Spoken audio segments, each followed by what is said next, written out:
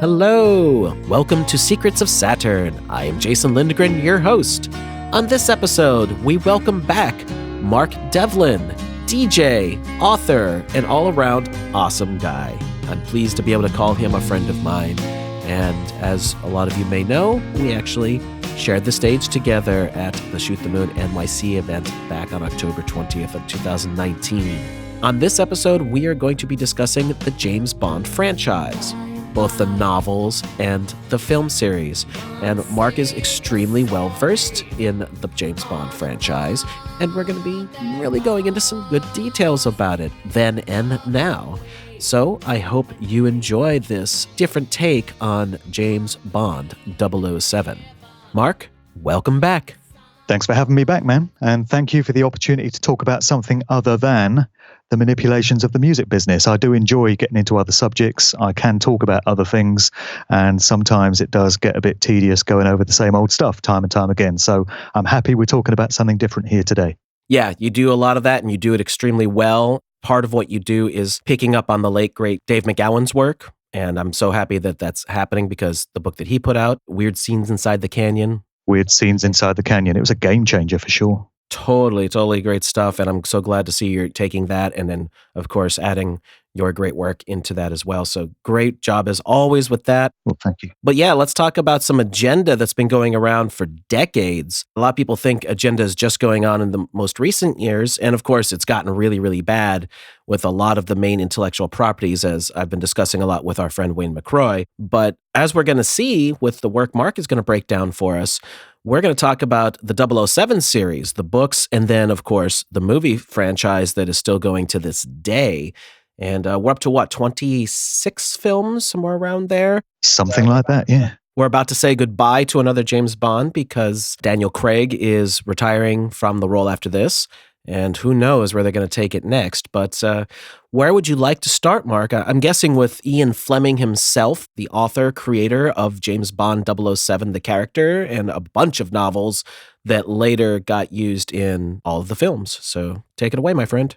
Well, yeah, we should certainly get into Ian Fleming. Maybe I'll just start by talking a bit about how I got into James Bond, which was probably around the time that you were lapping up Doctor Who and Star Trek and all this stuff. I was probably getting captivated by James Bond. This is going back to the 1980s, I guess, probably from the very early 80s. And they used to put James Bond movies on TV on Sunday evenings over here on ITV. There's something about Sunday evenings, because earlier on, you always used to get Pick of the Pops, the chart show between 5 and 7 on a Sunday. And I've told the story before about how I always used to get given a bath on Sunday evenings, and my mum would have the radio on in the bathroom, and it would be the chart show playing. So from a very young age, I was exposed to all this pop music, and that is what made me a music fan. And eventually, of course, that's what got me on the path to the sort of research and the work that I do now. And then a couple of hours later on a Sunday evening, around about 7:30, I think it was, ITV would often put on James Bond films. And that's what captured my imagination when it came to the character of James Bond. And I can remember I would go to school on a Monday morning, and everything that I'd seen in these movies would still be in my mind. And I'd start imagining I was James Bond. I know this is very sad. This is what you do when you're about 12 or 13 years of age. So I would kind of carry myself like James Bond and try and adopt some of his mannerisms. And it usually worn off by Monday lunchtime, but that was the ritual that took place. So I got into the films that way. When I was around 12 or 13 years of age, there was this hardcore group of us in my class at school that were into the James Bond novels. These were the original books by the creator, Ian Fleming. And the books are very different to the films, at least from the 1970s onwards. So with some of the early Sean Connery films, the screenplay follows the plotline of the novel fairly closely. But by the time Roger Moore had been brought in the 70s, the films got larger than life, big budget. They were responding to cultural trends that were going on at the time, and they just got further and further away from the original stories. So there was this small group of lads in my class that were into the Fleming novels because they were very gritty, very raw, lots of sex, lots of violence. and they were very mature. They were books for an adult audience. So, of course, at 12, 13 years of age, we thought we were really cool because we were reading these very adult, very grown-up Ian Fleming novels. There was a little fan club that sort of grew up around that. And James Bond is how we're entrained to think of the Secret Service, the intelligence communities. His character gets across the idea that these institutions are there to keep us safe from threats to our well-being. And he's this very patriotic, selfless fellow that is willing to sacrifice his own life to keep everyone safe from all these dastardly villains that just want to harm us. He's serving his country, he's serving his queen, which of course is subtly reinforcing the validity of royalty. And one of the original Fleming books and the films was titled On Her Majesty's Secret Service. So I bought into this early on because when you're 12 or 13, you don't know about culture creation and social engineering and mind control and all this. So for many, many years, I just had this idea of James Bond being this gallant hero that went all around the world foiling these supervillains and their plans to destroy the world. And that's how they want you thinking of these people. It would be the same thing with the CIA, of course. And actually, Bond has a friend in the CIA by the name of Felix Leiter, who appears in many of the stories. And he always plays second fiddle to Bond, but he often supports him in his various missions. And so Felix Leiter is similarly portrayed as a good guy who's out to save the world from all the villains. So that's the impression that you get of the CIA as well. Mark, was he in the novels, that character? Because I certainly remember him from the films, but I've only read a little bit of short stories of the original Ian Fleming writings. Yeah, Felix Leiter was in the novels. He appears in the first one, Casino Royale, and you get to hear how Bond becomes an associate of his. And then in the second novel, Live and Let Die, he gets eaten by a shark. And miraculously, he survives. He gets an arm bitten off and a leg bitten off, but he survives this somehow, and he appears in future stories. So Felix Leiter pops up in many of the books and many of the films. He's always been portrayed by different actors, but we've got the current guy that plays him, Jeffrey Wright, this black actor, and he's about to portray Leiter for the third time in the new film that's due to come out called No Time to Die, and apparently that's due for release in March or April, so we're very close to that. So that's Felix Leiter. So I guess we shouldn't be too surprised at the way that Bond is portrayed as this selfless hero, given that so much of his character is comprised of Ian Fleming himself and experiences that he went through and some of his background.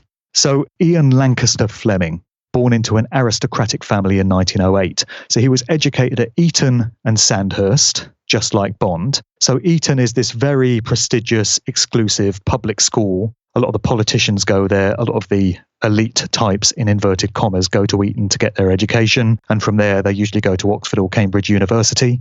And he also went to Sandhurst Military College, which is where, these army types go to get their indoctrination as well. So Ian Fleming became attached to naval intelligence during World War II. So he actually got involved in intel himself, and he reportedly worked for a time alongside Aleister Crowley. Ever heard of him before?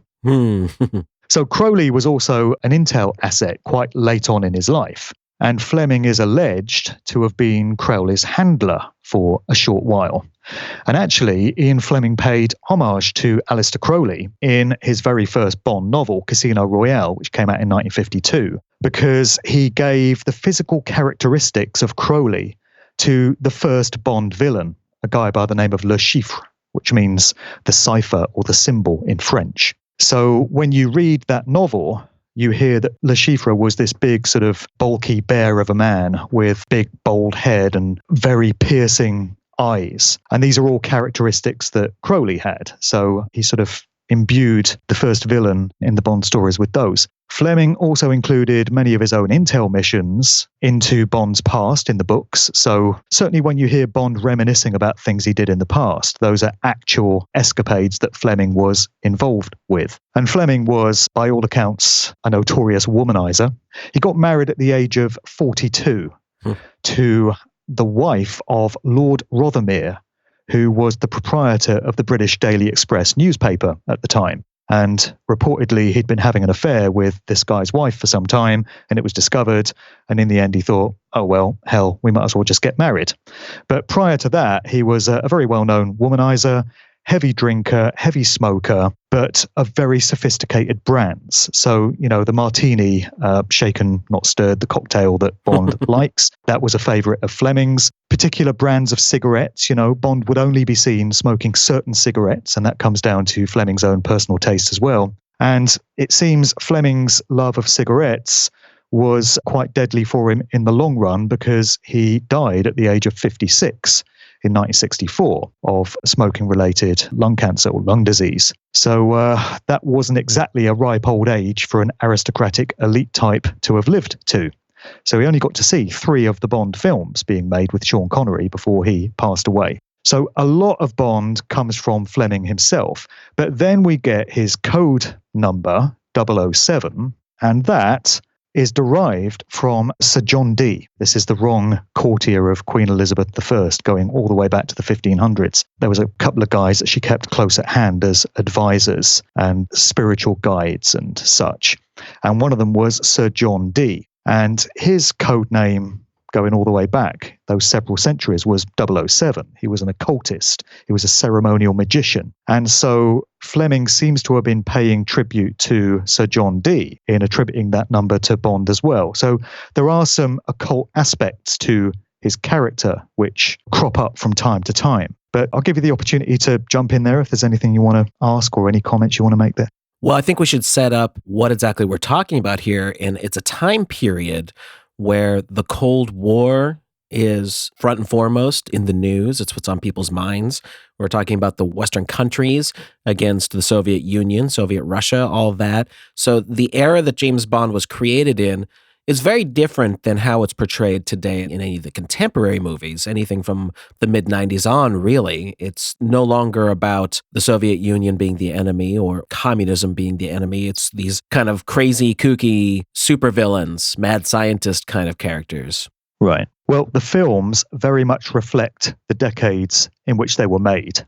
And this ties into the series that you did with Crow on your shows over there, where you're looking at how the agendas seem to change with every new decade in terms of what gets pushed. So if you look at the early Bond films, the first one was Dr. No, which came out in 1962, starring Sean Connery, who was an unknown actor at the time. And Fleming was still writing the books at the time they started making the films. So that was the first one. And so through the 60s, there was a lot of Cold War paranoia.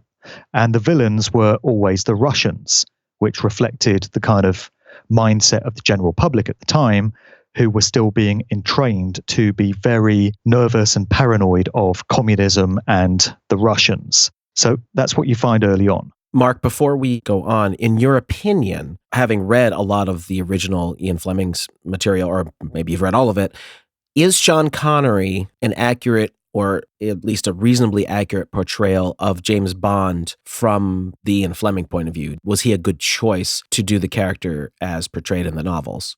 I would say he was, all apart from the Scottish accent. Although, when you look into Bond's ancestry, the books tell you that he had a Scottish father, Andrew Bond, and a Swiss mother, Monique Delacroix. So he was part Scottish, but with all the other actors apart from Connery, he's spoken with this sort of stiff upper lip, plum in mouth, Eton English accent, as Fleming himself did, this public school accent. So Connery, I would say, had the character down to a T, all apart from the broad Scottish accent. He certainly looked a lot like him. You get a physical description of Bond in the books. And he's kind of tall and lithe, and he's got the dark hair like Connery, and his features are very similar to him. He certainly looks a lot more like Bond than Roger Moore or Daniel Craig did. So I would say he was a pretty good choice.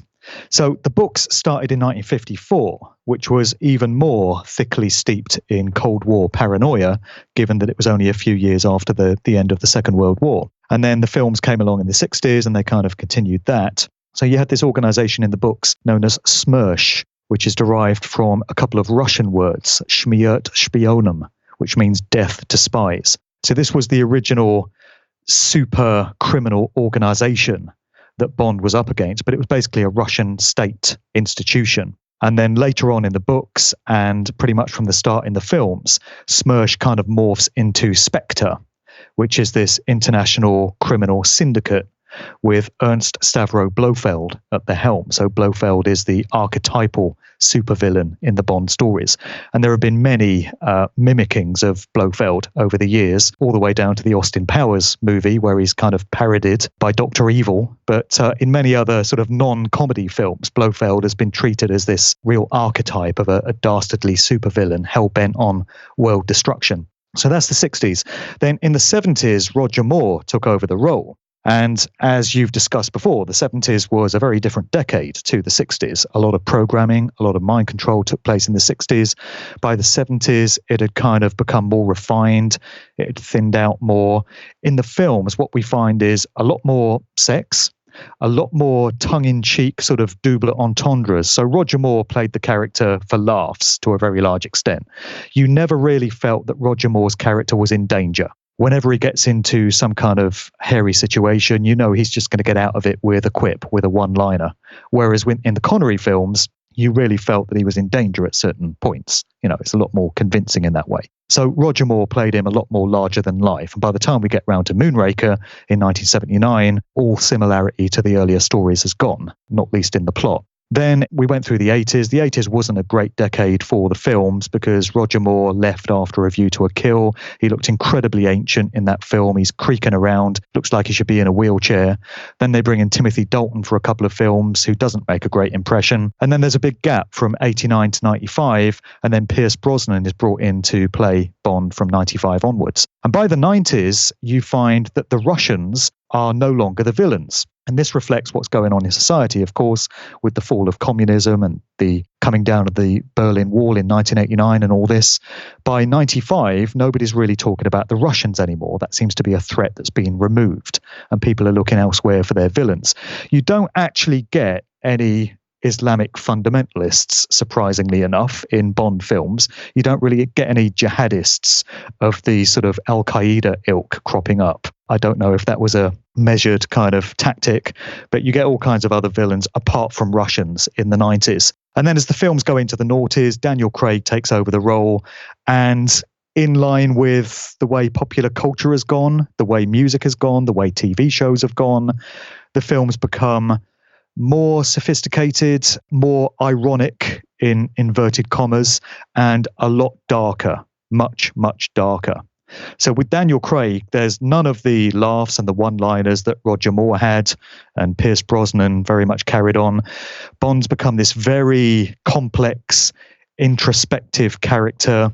It's similar to what they did with the Batman movies. As that franchise went on, the character of Batman, Bruce Wayne, became more and more dark and complex and sinister. And so we get this with Daniel Craig's Bond. You know, he's this dangerous kind of character. He's got self-doubts. He's not the obvious hero that previous Bonds were. You get to find out his flaws, his foibles. You get to realize that he has faults just like the rest of us. So he's portrayed in a very different way. So it's interesting to look at how the films have evolved through the decades. The books themselves were published from 1952, then Fleming died in 1964. He had a couple of books in the can that they put out after his death, and then an author by the name of Robert Markham, or his name was Kingsley Amis, writing as Robert Markham, put out a book called Colonel Sun.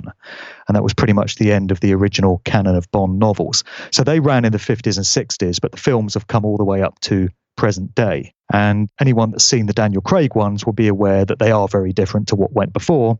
And we have this new one due for release in a few months. And who knows what's going to go on after that, because Daniel Craig has mentioned that that's going to be his last outing as Bond. Whether they find a new actor or whether they retire the franchise remains to be seen. But I guess it's such a money spinner that they won't be doing the latter. Right. I am very curious to see what they're going to do. Maybe they want to wait and see just how well this one does. There's been a lot of backlash already, and from what I understand, they went back and did reshoots and retooled. It's No Time to Die is the new one, right? That's what it's called, yeah. Which is very similar to Die Another Day, actually, which is one of the previous titles. Yeah, it kind of sounds like stereotypical modern Bond titles, honestly. It really does. I mean, they ran out of books years ago. Right. They ran out of original Fleming novels. They actually started using his short stories So he put out a book, For Your Eyes Only, was a collection of 5 short stories.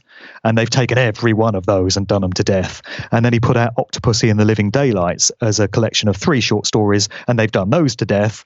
So now they're on to manufacturing titles because they've got no original Fleming material to go back to. Before we move forward, did Ian Fleming have anything to do with the original films? Did he have any say in how they were done or even set up? Did he contribute anything? Because obviously the flavor of those 60s films, the Sean Connery films, did indeed have a very different feel to them than anything that came later. Yeah. As far as I know, he didn't have any creative input into the films. There are photographs of him on the film sets just coming along to see what's happening. But it was very much the product of these 2 producers, Harry Saltzman and Albert R. Broccoli, who produced all the films up until Saltzman left in the 70s, and then Broccoli did it on his own, and then his son took over, or his stepson, Michael G. Wilson and Barbara Broccoli. So as far as I know, they're still the executive producers, so they've kept it in the same family all this time. But Fleming didn't really have any creative input into the films, and interestingly, after he died in 1964, the plot lines of the movies started deviating a lot from the original Fleming stories, so they really bore no relation to it after that. I just wanted to pick up on something I mentioned earlier about how Bond is portrayed as this selfless, patriotic hero, and Felix Leiter of the CIA is portrayed in the same way. And isn't it interesting? When you actually get down to the research of the likes that you and I do and the shows that we appear on, of course, you realize that the intelligence services are there for the opposite reason to the one that is presented to us in this satanically inverted society in which we live. So they're not actually there to keep us safe from harm. They, in many cases, are the ones creating the harm and putting us in danger. So there's multiple evidence to show that the likes of MI5 and the CIA are behind many of these false flag terror events, in inverted commas, that are used to instill fear in the public. And they usually end up installing draconian surveillance and control methods, and they take away our personal freedoms.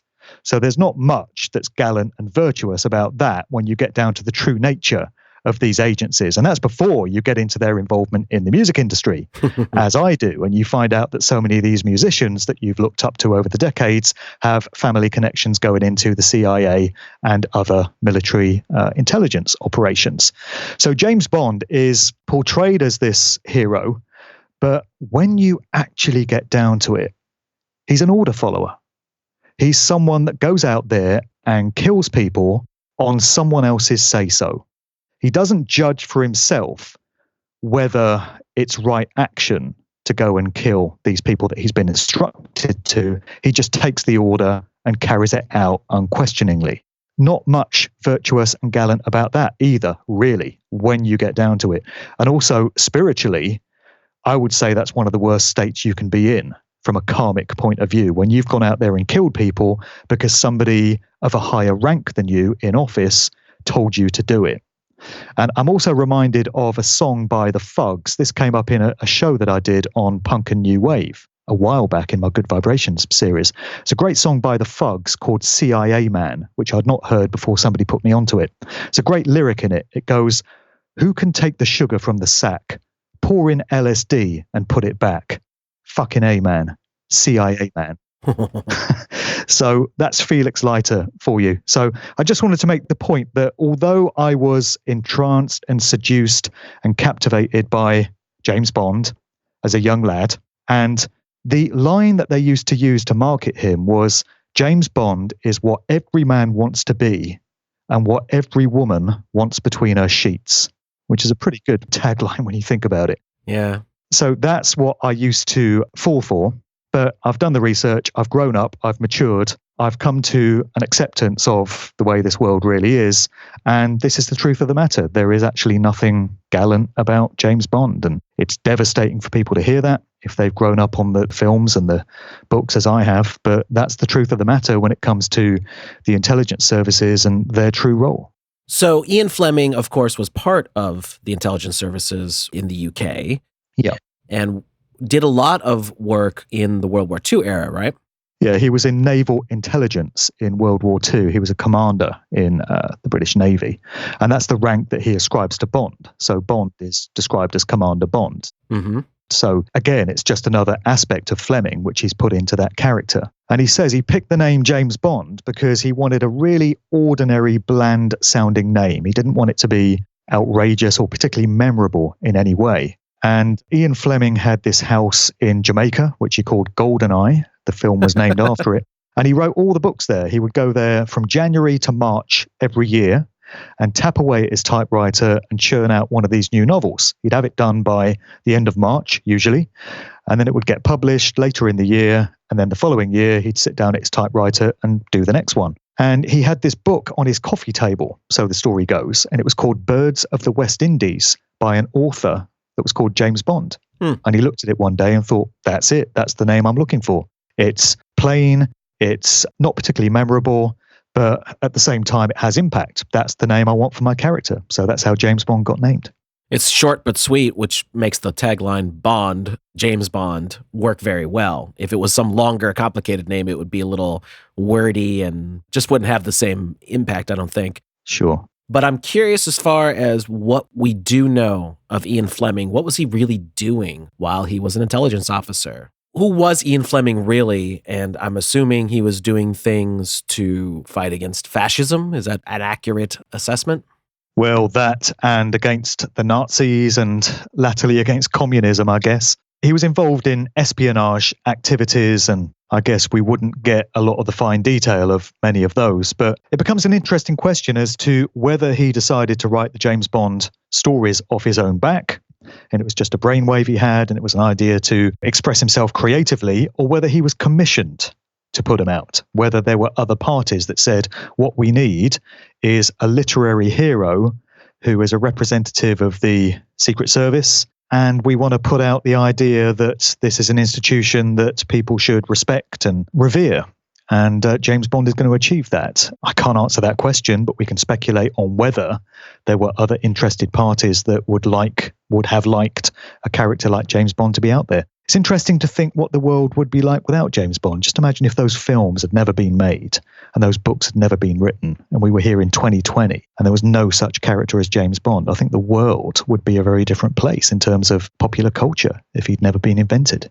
Yeah, I agree with that totally. Though the entirety of the James Bond series paints the respective governments of Western society in a somewhat positive light. I think that's a pretty fair statement. And think about what impact, as you were just saying, that would have had decade after decade, especially now that we're in a time when people don't necessarily trust everything the government says.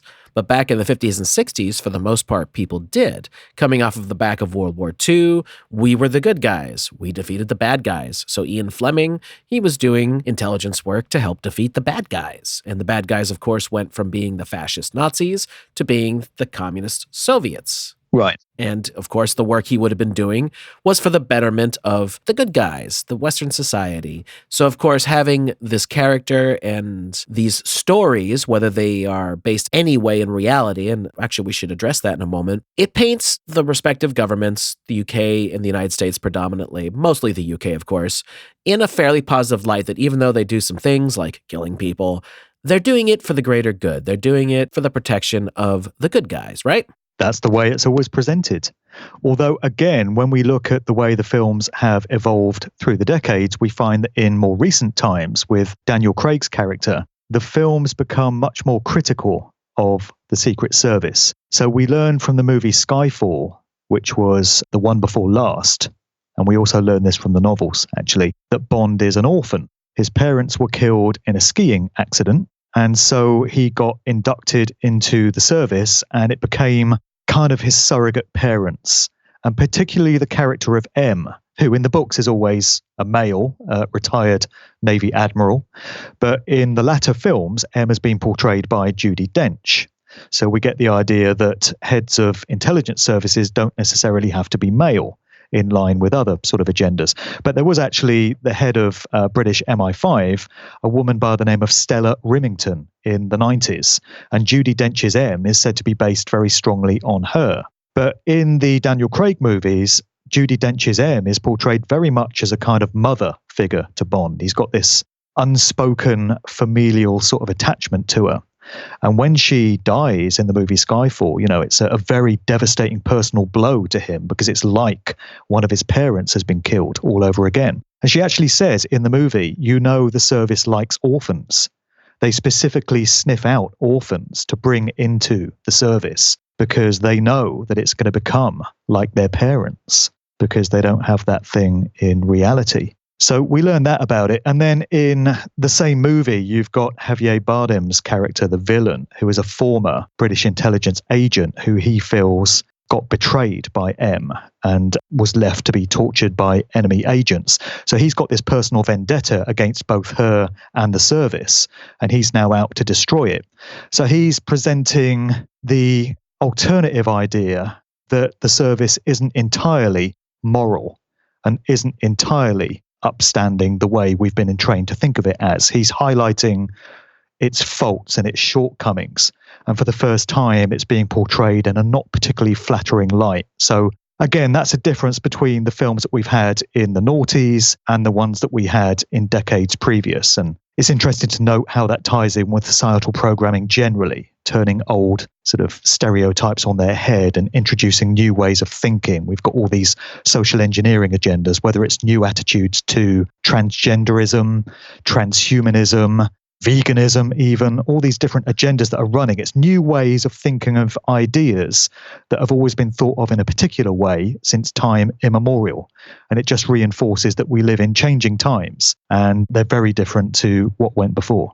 Right. Now, we should address that because this is actually quite important. And I think what caused the necessity for reshoots or retooling of the Bond film that's about to come out, as we've discussed so many times, there is a lot of agenda pushing these days. And I think we're finally starting to see a little bit of financial pushback where people are voting with their dollars. They don't really want this crap. Some people are still going to swallow anything that's thrown at them just because it's got the label on it. So if it's called Star Trek, they're going to watch it. If it's called Doctor Who, they're going to watch it. If it's called James Bond, they're going to watch it. That seems to be true with a certain section of their respective fandoms. But apparently when the idea got out that Bond was going to be a secondary character in his own film, and this black actress was going to be 007 way more than he was going to be 007, apparently, from what I've heard, and I'm not sure if you've picked up on any of this either, but they had to do some reworking because people were like, no, not acceptable. And we're seeing similar things with Star Trek, Doctor Who, even the MCU, and Star Wars big time. We could even address that for a moment with this agenda pushing. People, I think, are getting sick of it finally, because the latest film in the Star Wars series, which has been marketed as the last of the Skywalker saga, didn't perform anywhere near what you would think it would. Right. For instance, the movie Endgame did $2 billion plus, and The Rise of Skywalker barely did a little over $1 billion. And as we're recording this, it's already been out of a lot of theaters. I think we're only like 5 weeks in, something like that. And, it just didn't get the reception that one would think it would get. And it's because the main character is basically a plank of wood. There's very little characterization there. There's no hero's journey. Like the things that you look for, that you get attached to in good storytelling, has not been in this Disney sequel trilogy. And I think we're seeing that across the board. People are just getting tired of this agenda crap shoved down their throat.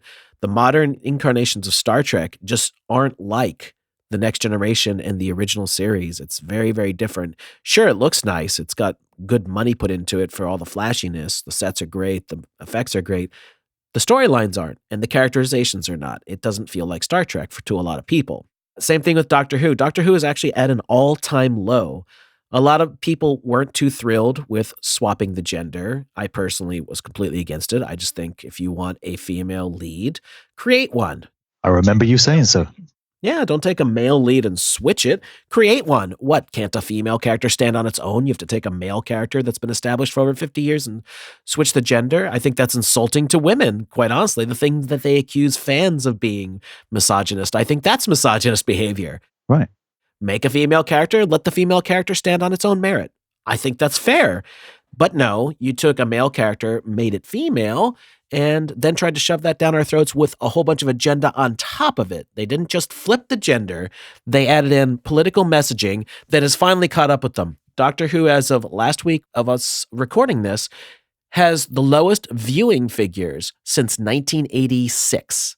I would say that's some serious backlash. That's what got Doctor Who canceled at the end of the 80s. And the thing is, since this is being used as a political vehicle in the modern age, it's quite obvious that's what it is. It's not going to get canceled. They're just going to do more of the same. As a matter of fact, they're already doing another series that's in the works now that's more of the exact same. Same people running it, same people acting in it, writing, everything. So they're not learning their lesson because they don't need to. The BBC is funded, as I think most people know, by what's called the TV license. And you could explain this better than I can. I just know the general notion behind it is that if you have a television, you pay the license fee. Those license fees go to make the programming. Goes to the BBC. That's right. Yep.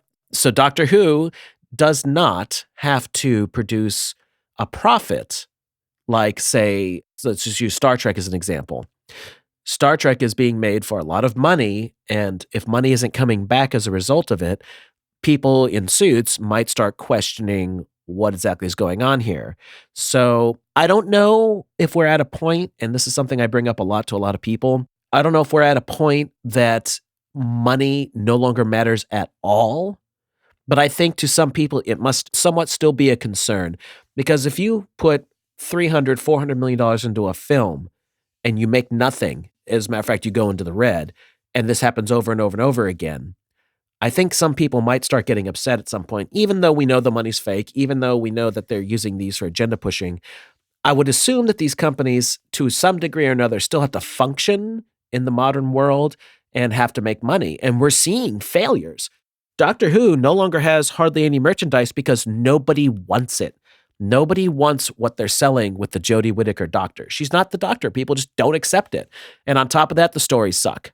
No one's going to be buying merchandise that's related to this iteration. It's just not the show that people remember. They used to make millions of dollars in the heyday of the modern Doctor Who on merchandising, especially once it hit in America. You're talking about a lot of merchandising dollars coming in. And you know what I see now? There's no Doctor Who section anymore in Hot Topic. There's barely anything Doctor Who in Barnes & Noble booksellers. And I've checked other places that would have the merchandise, and it's not there. It's just gone. No one cares anymore. It's over. They would have to do some radical retooling to get it back to the heyday of David Tennant and Matt Smith's runs. Star Wars is kind of having the same thing. It was at the highest point it probably ever was when The Force Awakens came out in 2015, if I remember correctly. That movie made over $2 billion. They were riding on the nostalgia from the original trilogy people and the prequel trilogy people. The Force Awakens, which I thought was a terrible movie, but they all came out in droves to see it over and over and over again. And I saw the writing on the wall as soon as I saw that movie the first time. I thought it was boring. I could see the way they were setting it up, and it was just a rehash of the original 1977 film. And I called it as much back then. But the real backlash started with the next film in the Disney sequel, The Last Jedi, which was just absolutely dreadful writing. Again, flashy, looked great, but that's all it had. It was all style and no substance. And that's when the real backlash in the Star Wars universe started happening. And you had the problem, and I can't believe that a company would allow this to happen, but you had actually the people involved insulting fans over their not liking it. They lost a lot of credibility from that point onwards, and you're now seeing the results of that, where The Rise of Skywalker just isn't doing the money they would think that it would do. Well, I don't want to keep going on, Mark. What do you take of all that? Because we're going to tie this into the James Bond thing and why this new movie might have been retooled as a result of this kind of attitude. Right. Well, I can see you're very passionate about all this stuff. I've heard you on the show with Wayne talking about all this. And yeah, you're absolutely right. Jodie Whittaker as Doctor Who doesn't work. Why? Because Doctor Who was originally created as a male character. So if they tried to insert a female James Bond at this point, it would be ridiculous. You don't want a female Sherlock Holmes. You don't want a male Miss Marple. You know, these characters are created for a reason by their creators because they have a vision in mind for them. So it's the same thing with all these rumors that we got a few years ago about there being a black James Bond. So is there anything wrong with a black James Bond on the surface of it? Well, not really. But when you examine the background of the literary character of James Bond, the way Ian Fleming intended him to be, he comes from this, quite wealthy, well-to-do family.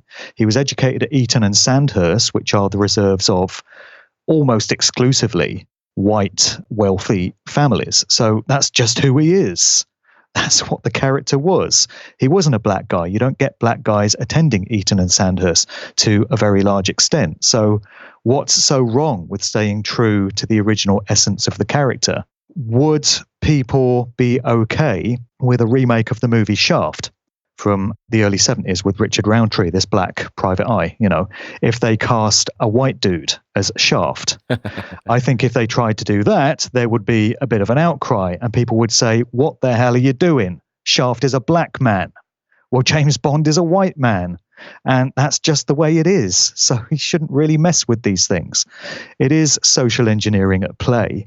And I know you made the point in those shows you did that the controllers, seem to care less about making a profit now than they do about pushing agendas, which suggests that popular culture has always been primarily about pushing agendas and mind control and shaping attitudes and viewpoints, more so than it has been about generating a profit. If they do turn a profit, it's a nice bonus to add into the bargain.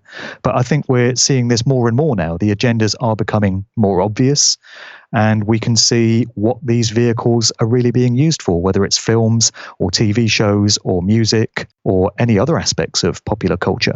I thought it might be good, Jason, to just look at some examples of placing the truth in plain sight and predictive programming that's been inserted into the Bond films over the years. Should we look at some of these? I love that idea. Let's go for it. Okay, well, I've noted down a few here. Well, we've got a couple of Roger Moore movies which came out in the 70s. The Spy Who Loved Me in 1977 and Moonraker in 1979. To a very large extent, the narratives of these two movies are clones of each other. So in each case, you've got this supervillain. So in The Spy Who Loved Me, it's Carl Stromberg, played by Kurt Jürgens.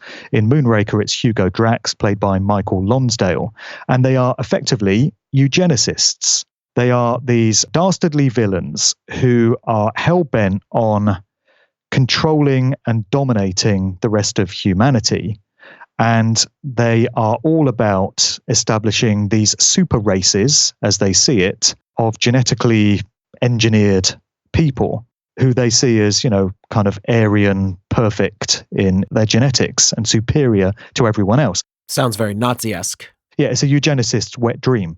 So Stromberg he's the shipping magnate, and he's managed to capture these two nuclear subs from the superpowers, the Western superpowers. And he plans to use these nuclear warheads against cities around the world and to establish this underwater community in this sort of glass dome thing under the ocean, where he's going to selectively breed certain people with desired genetic traits.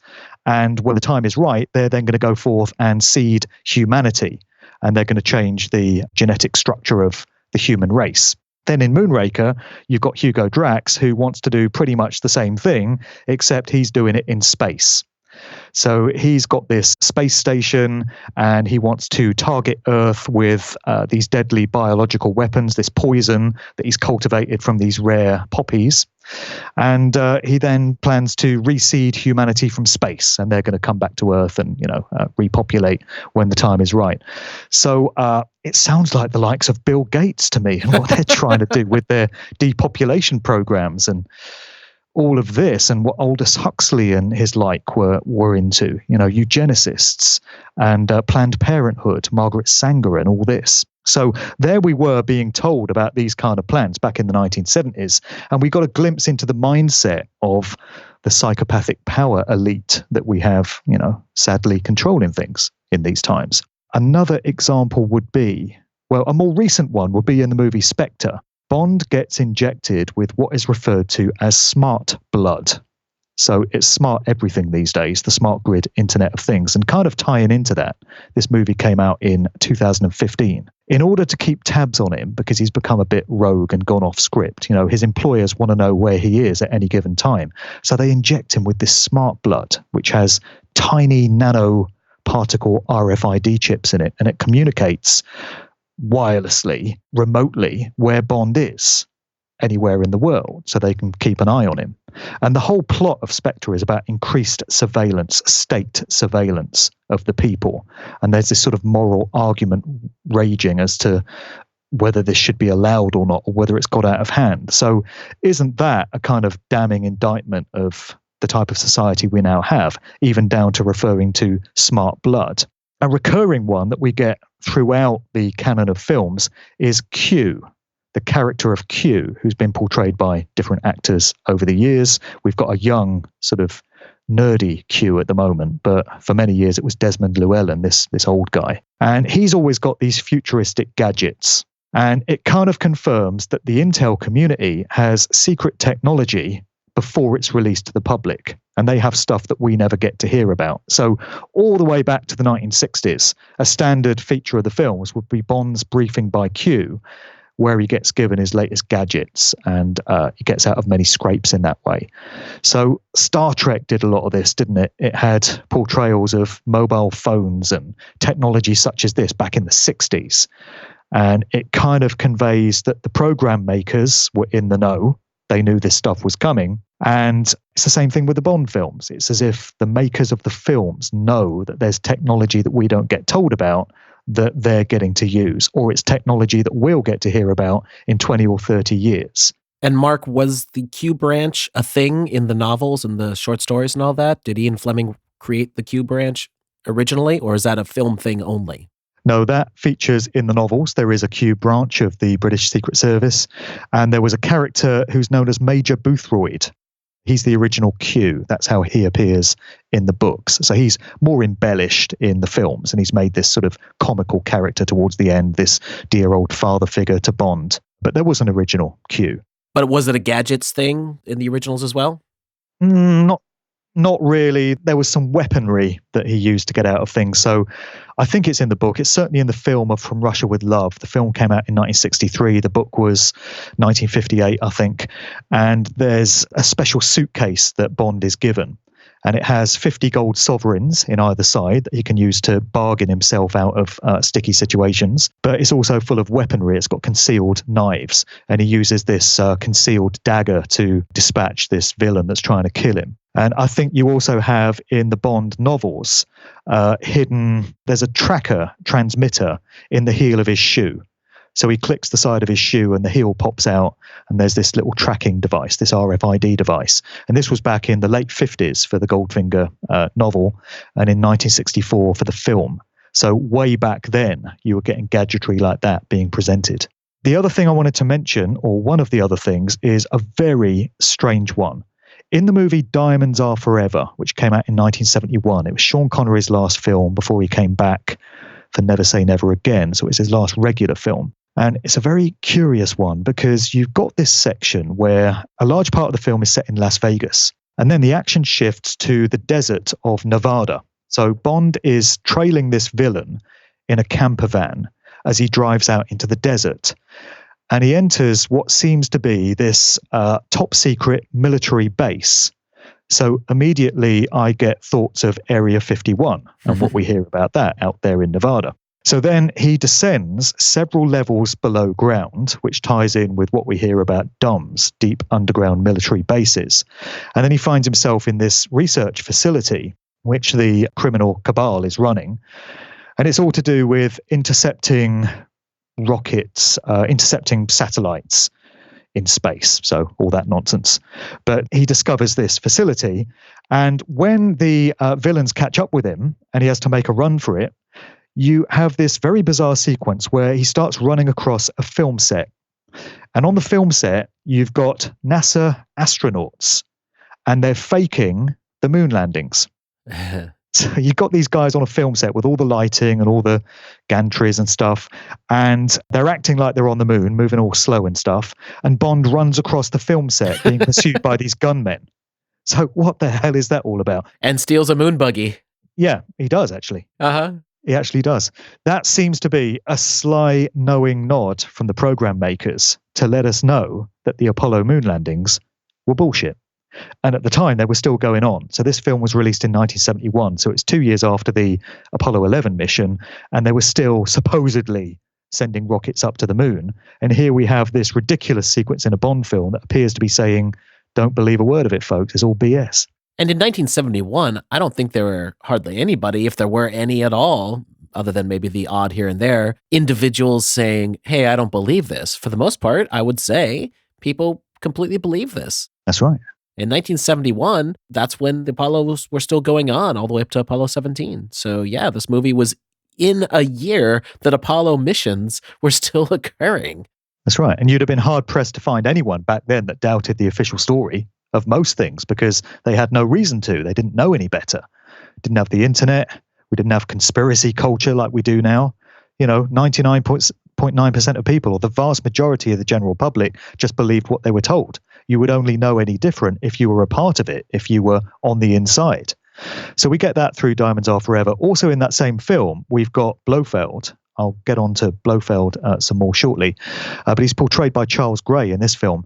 And he's using plastic surgery to create clones of himself to throw his enemies off track.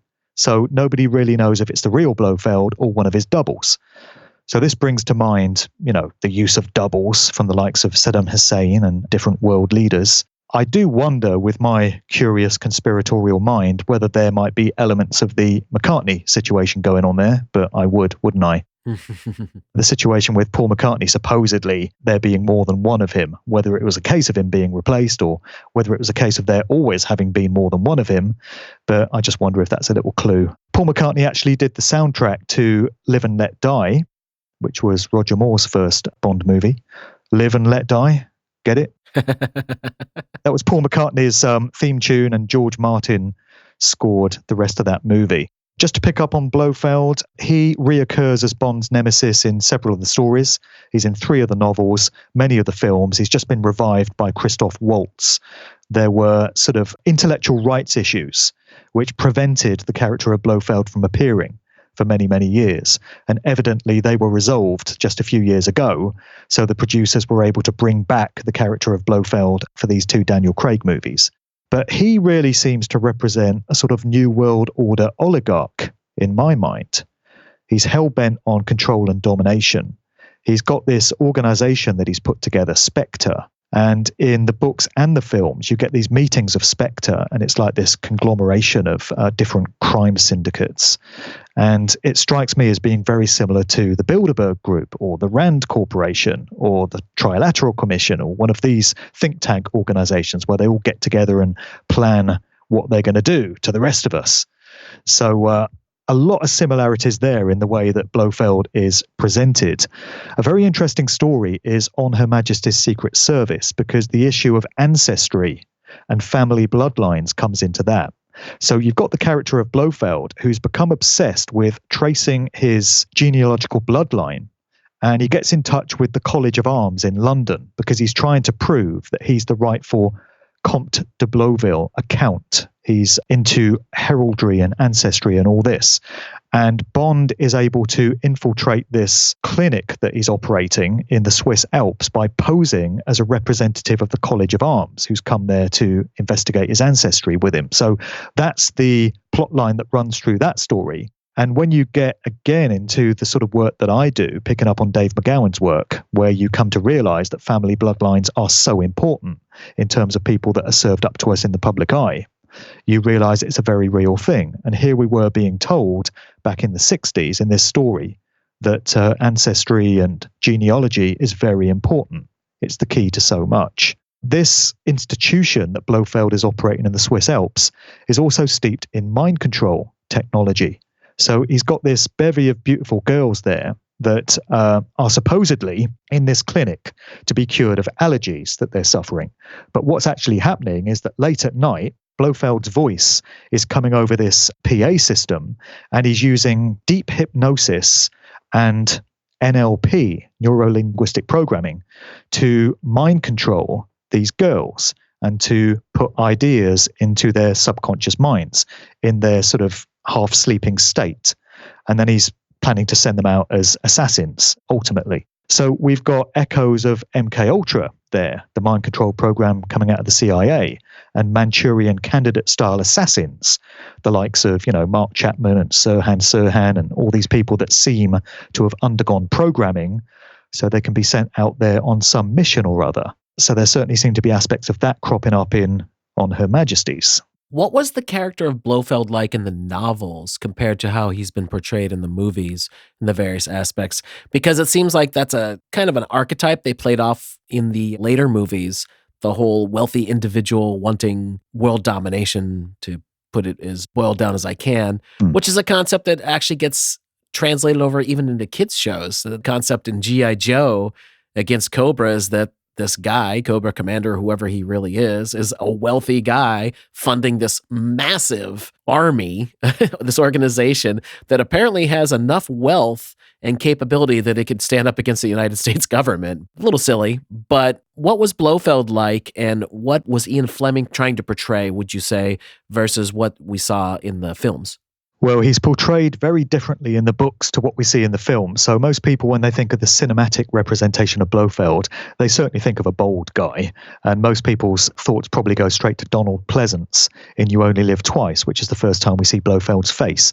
And that was the inspiration for the Mike Myers Dr. Evil character in the Austin Powers movie, which is basically, a rip-off, a piss take of Donald Pleasance's portrayal of Blofeld.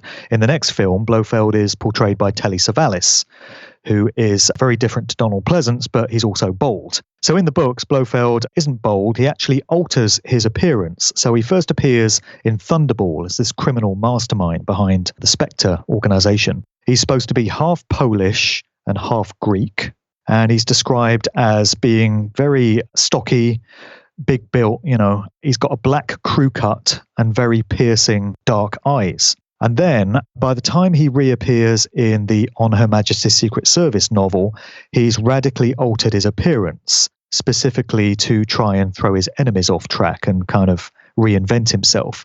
So in that novel, he's now got sort of white, wavy hair, and he's cut off his earlobes even, because it's a further measure to try and distance himself from his previous appearance, but also he's trying to get recognized as being from this particular family bloodline. And one of the biological traits of this bloodline is that all the males are born without earlobes.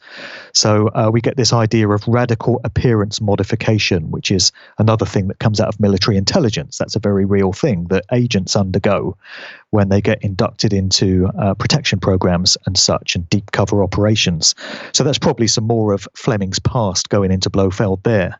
Now, what else did I want to mention? I've got a few other things here. So in Dr. No, the original book and the movie, which was the first Bond movie, and also in Spectre, and also in Casino Royale, when I think about it, Daniel Craig's first movie, you've got these torture scenes where Bond is captured by his enemies and he undergoes this trauma. And it seems to, again, tie in with mind control programming, trauma based, that we hear about MK Ultra and such. Some quite extreme torture scenes in those movies and books. And I remember back when we were lads reading the Ian Fleming novel, we just loved the racy kind of detail that was going into these torture scenes. That really sort of turned us on at the time, immature as we were. What else do we have? In the movie Tomorrow Never Dies, you've got the villain there portrayed by Jonathan Pryce, named Elliot Carver, and he owns this media corporation. He's like this news media mogul, and he's involved in the manufacturing of fake news. Go figure. I remember that now. Yeah, he's actually creating stories and then reporting on it through his own media outlets. So that definitely ties into stuff we hear about in the real world, so to speak. A View to a Kill, the movie, you've got Christopher Walken's character, Max Zorin, who is portrayed as having been part of a Nazi genetics program. So he's been bred in a laboratory by this old German scientist. And it's all about keeping the genes of the Aryan race, so-called, coming out of the Nazis alive. It's quite similar to the plot of The Boys from Brazil, where Adolf Hitler has been cloned through his DNA. So that's an interesting one. In The Man with the Golden Gun, Bond is also the victim of brainwashing, mind control, this time at the hands of the communists, who were still the villains of the time, the Russians. At the very start of that book, we find that he's been missing for several months after the culmination of the previous book, You Only Live Twice, where he goes after Blofeld in Japan. He goes missing and suffers amnesia and evidently gets abducted by the Russians and undergoes mind control programming. He then turns up back in London in the office of M, his boss in the Secret Service, and he tries to shoot him because he's been programmed to assassinate him. So again, it's the idea of Manchurian candidates, and he has to undergo this deprogramming routine where he has to get the brainwashing removed before he can go back into service. So again, we get this idea of mind control programming being a very real thing being portrayed through these stories. Live and Let Die, the book and the movie of that story, actually deal with the occult. It's the only Bond story where you get heavy leanings towards the world of the occult. And this is all about voodoo. It's set in New Orleans, stone's throw away from you, I guess. Indeed. In part, and also in Haiti. The island is called San Monique, but it's based on Haiti in the Caribbean, clearly. And voodoo is the prominent sort of culture that's going on there. You have this character called Baron Samedi, and he is portrayed as not entirely human. He's like this supernatural entity. So during the film, you discover that the villain, Mr. Big, Dr. Kananga, is hiding behind this voodoo culture and these superstitions that exist on this island in the Caribbean. And there's one point in the film where you find out that this voodoo ritual that's going on in a cemetery is actually a hoax. It's all theatre. It's just being made to happen as a diversion. So you think they're kind of dismissing the idea of the occult there. But right at the very end of the film, Baron Samedi is supposed to have been killed earlier on when he falls into a coffin full of snakes. And at the very end of the movie, you see him riding the end of this train that Bond is on. And he's laughing maniacally as the train goes off into the distance. So it's presenting the idea that actually he's not dead after all, and actually he may not have been entirely human. So that's the only Bond adventure where we get these ideas of the occult and something beyond this physical realm. Well, the only other thing I wanted to mention, mate, is something that I've heard you address in the presentation that you did in Dallas, was it, a few weeks ago? Yes. When you addressed the question of the Mandela effect and how it seems to express itself through the movie Moonraker. Yes. And I think I remember you saying that Crow was quite dismissive of the idea of the Mandela effect overall, as I have been, but the one that absolutely fried his brains and he has no explanation for is when you revealed that Jaws' girlfriend, the larger-than-life villain Jaws, falls in love with this cute little blonde girl who looks like a schoolgirl. She's got her hair in pigtails. And there's this scene in the film that I can remember from going to see Moonraker in 1979 in the cinema, where Jaws, the big joke about Jaws is that he's disfigured dentally, and he's got these bloody metal teeth, steel teeth. That's his gimmick. And so he sees this young girl and he smiles at her, and he's got these messed up metal teeth, you know, and she looks up at him and she smiles at him. And the big joke is that she's got dental braces. And you see them when she smiles, and you realize there's a bond between the two because they've both got these dental issues, and they fall in love as a result. Now, as you pointed out in your talk, every copy of Moonraker that you get, whether it's a DVD, whether you get the original VHS video, as I did, I ordered one on eBay because I wanted to prove that this scene has been digitally manipulated in recent times. And I thought, if I get a VHS copy, we'll see the braces there, and that'll be the end to it. So I ordered a VHS copy. And we're talking about something that would have been manufactured in the 1980s, correct? Well, the film came out in 79. So yeah, the video would have been done in the 80s. And so I played the scene, and there are no braces. What is going on? So this one just completely blows my mind. I think with the Mandela effect generally, so-called, I think it's a misnomer myself, because I very well remember Nelson Mandela being released from jail in 1990. Remember it clearly. And most other examples that are given, I've been content to put down to people misremembering. So whether it's Laurel and Hardy, and he says, that's another fine mess you've got us into, Stanley, rather than another nice mess. The Berenstain Bears, that doesn't really figure in the UK. Nobody knows who they were. But all these different examples you get, I think in many cases people are misremembering. But with that one, it just gets me. Because the scene makes no sense. If she doesn't have braces... It's not funny anymore. Yeah, how does that scene make any sense? Well, it was just a joke. It was just one big punchline. Yeah, it was a visual gag. And now it's not there.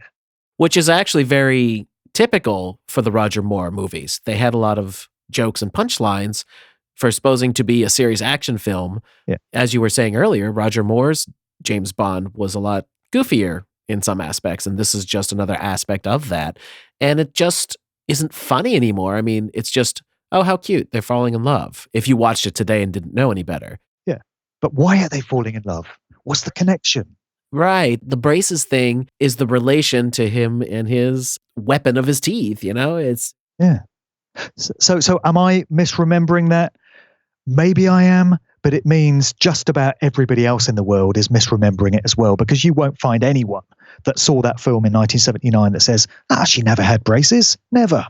Right. And there you go. The cute and clever thing about the whole Mandela phenomenon is that it's a personal thing. Some people remember things one way, some people remember things the other. But this is the one that I always say, there's something to this, but I have absolutely no idea what it is. I will not speculate that it's some crazy multi-dimensional shift. I don't know, man. Is it a psyop beyond all belief that was put in place and somehow we were manipulated? I really just don't know. Now, Crow, as we were saying, was very dismissive of everything. And even though I got him on the Moonraker one, he remembers the character's name was Dolly, the girl. Yeah. He remembers Dolly having braces. And he was taken aback when I said, she doesn't have braces. She never had braces, according to what we see now. I got him on that, but it doesn't matter. He's still kind of dismissive of the whole thing. And understandably so, because what assumptions can you make now if indeed the Mandela effect, even just with this one incident, is a real thing? Who the heck knows? It could be some sort of extraordinary circumstances. And I think the honest answer is, I just don't know. I'm about the same. I would love to be able to put it down to people misremembering, because things are just neater that way. Now, if we get one of these that completely stumps us and that we feel is a very real thing, we've got some big questions to answer. And I have no clue what is going on here. I'm not really someone that goes for subjects like that. I'm a bit like Crow. I tend to be a bit more kind of real world in inverted commas, but I have no explanation for this. And like I say, if I'm misremembering it, then everyone else is as well. So I have no idea what's going on there. One thing that is interesting is that I've seen lots of discussions online about this and lots of forums and stuff. And somebody dug up some original production notes from the film. So this is when Moonraker was in production and they had a list of characters. And for the props, the wardrobe department, I guess, they had certain notes against the characters' names. And when you get to the character of Dolly, it says in the show notes that she has braces. It says, glasses, pigtails, braces. So in the show notes, she's supposed to have braces. So why then does she appear in the final film without braces? And that's officially confirmed that was in the notes. I saw the document. I don't have it to hand right now. I'll try and dig it out. I try and remember where I saw it. But I did see a document that purported to be original show notes from the set of Moonraker. And Dolly is said to have braces in it. Well, that is very interesting. I don't know what to make of this, man. Me neither. I'm pretty down to earth and realistic too with a lot of this stuff. And even though I like esoteric stuff, I don't tend to lean on it because most of it you can't prove. And again, with the Mandela effect, the cute concept about it is that it's a personal thing. Well, I remember it this way, even if you don't. Well, great, but there's nothing to analyze there. And I'd say that there's a same thing with all of us here, you, me, and Crow, and Wayne as well is actually, I would think, in that camp. We like to have things that we can analyze. Like when we call ourselves researchers, we mean this. We're going out and trying to find documents and things that we can prove to the best of our ability actually occurred.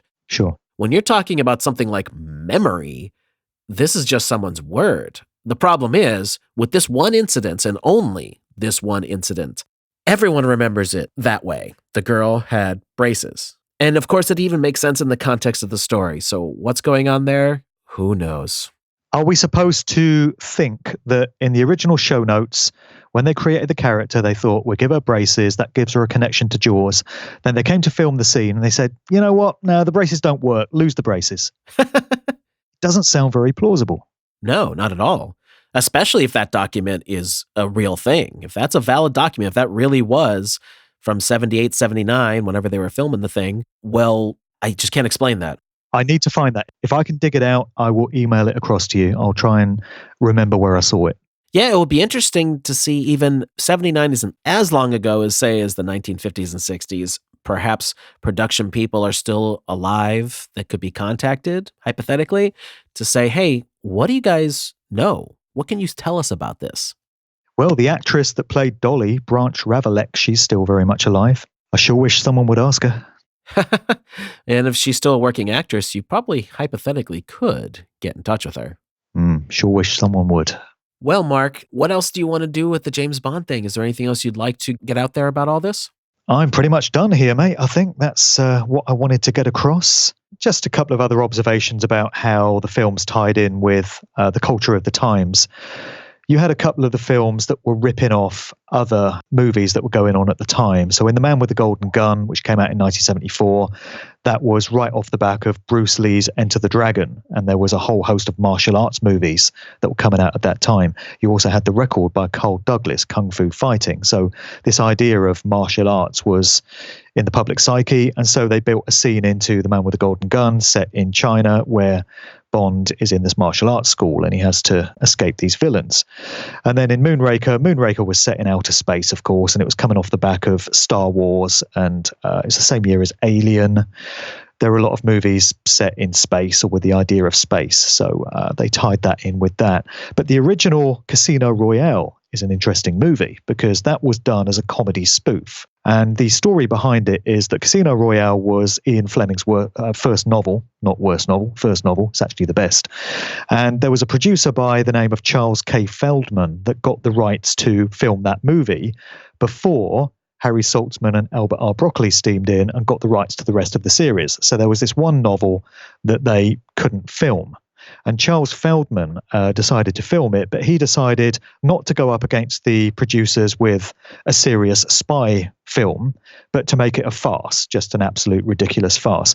And it came out in 1966. It was filmed in 66, and it's absolutely steeped in psychedelia. And it very much puts across ideas of a swinging London, which was being unleashed at the time. And it was like the counterculture coming out of Britain and London. You got all these very trippy sort of scenes and all these wild psychedelic colors that looked like some kind of LSD trip. So they were kind of tying in with the culture of the times with that film. That was around the time that Pink Floyd were coming out, as we discussed earlier, with Syd Barrett as their original frontman. And they were pushing all this LSD-laden psychedelia, as many other bands were. And of course, you had the same thing going on in America at the time. So that film very much tied in with all of that. And it became a vehicle to push all these counterculture ideas of the times. And then Casino Royale, there was legal cases and stuff, and the original Bond film production team eventually got the rights to film that, and that became the first Daniel Craig movie, and it was very different to the 60s original. You know, it's one of the grittier Bond films that introduced Daniel Craig. So it's just more ways in which the films have reflected the times in which they came out. I'll just leave that as a parting thought. And definitely keep that in mind if you happen to go back and look at this stuff. Think about the difference between the decades. It's something that Crow and I have discussed on multiple occasions, and it definitely seems to be a thing.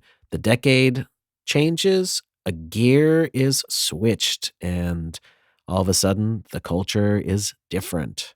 Reset. Yep. And I think that's quite obvious at this point. Sure. All right, Mark, thank you so very much for the time you've given us. I think we did quite a good job of breaking all this down, or at least you did. I didn't have as much to contribute as you did by far, but at least I'm familiar with the movies enough to keep up to a fair degree. Thank you so much for all of this, and I know we will be speaking again very soon. Why don't you take a moment to let everyone know where to find your work? Okay, well, my YouTube channel is youtube.com/Mark Devlin TV. I've got a whole load of my public talks and lectures up on there. I've also got YouTube versions of my various radio shows that you can catch up with there, and I do a Q&A video from time to time. My main website is markdevlin.co.uk. Most of my audio work resides on my Spreaker account. So if you go to Spreaker.com and just input Mark Devlin, you'll find my page there. All my radio shows are there, my interviews and stuff of that nature.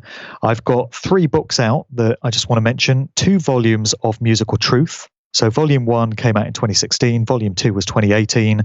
They cover everything I've come to comprehend about the true nature of the corporate music industry and the way that's used for mind control and societal programming and such. And my latest book is a novel, which I had great fun putting together. It's called The Cause and the Cure. It's, on the surface, a crime thriller set in my home city of Oxford, England in 1990. So it's full of nostalgic detail from 30 years ago. But beneath the surface, you get all kinds of symbolism, metaphor, spiritual teachings and such. So it's coded and it's layered. And I think people will have a lot of fun deciphering what I've put into that. So they're all on Amazon. But if people want to hit me up directly, you can email me at markdevlinuk@gmail.com and I can mail those books out anywhere. And I just want to thank you for getting me on, Jason. I heard you talking all about Star Wars and Doctor Who and such with Wayne. And like I said at the start, I know very little about those shows, but I know a hell of a lot about James Bond. So I reached out to you and I thought that if I could offer some insights into the Bond series, it would tie in very well with what you and Wayne have been putting out about how culture creation gets done. So I think we've achieved that today. Yeah, I think the last point we can make about this is that James Bond has always been portrayed as the very stereotypical male character. He's tall, dark, and handsome. He's rugged and dangerous and strong and intelligent and all that. And we've seen the exact opposite being portrayed for quite some time in mainstream media of the male. It's all pushing the strong female. And the strong female is basically acting like a male. It's not even that the strong female is being very feminine. That female is being very masculine. You want to close with anything on that? Not really, except to say that once Daniel Craig bows out, by the time we get a new James Bond, it wouldn't surprise me if it's a cross-dresser.